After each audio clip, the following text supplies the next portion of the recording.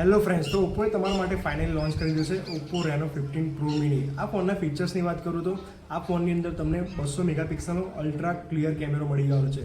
સાથે સાથે 3.5x નો 120x ઝૂમિંગવાળો કેમેરો પણ મળી જવાનો છે અને 50 મેગાપિક્સલનો અલ્ટ્રા વાઇડ કેમેરો મળી જવાનો છે.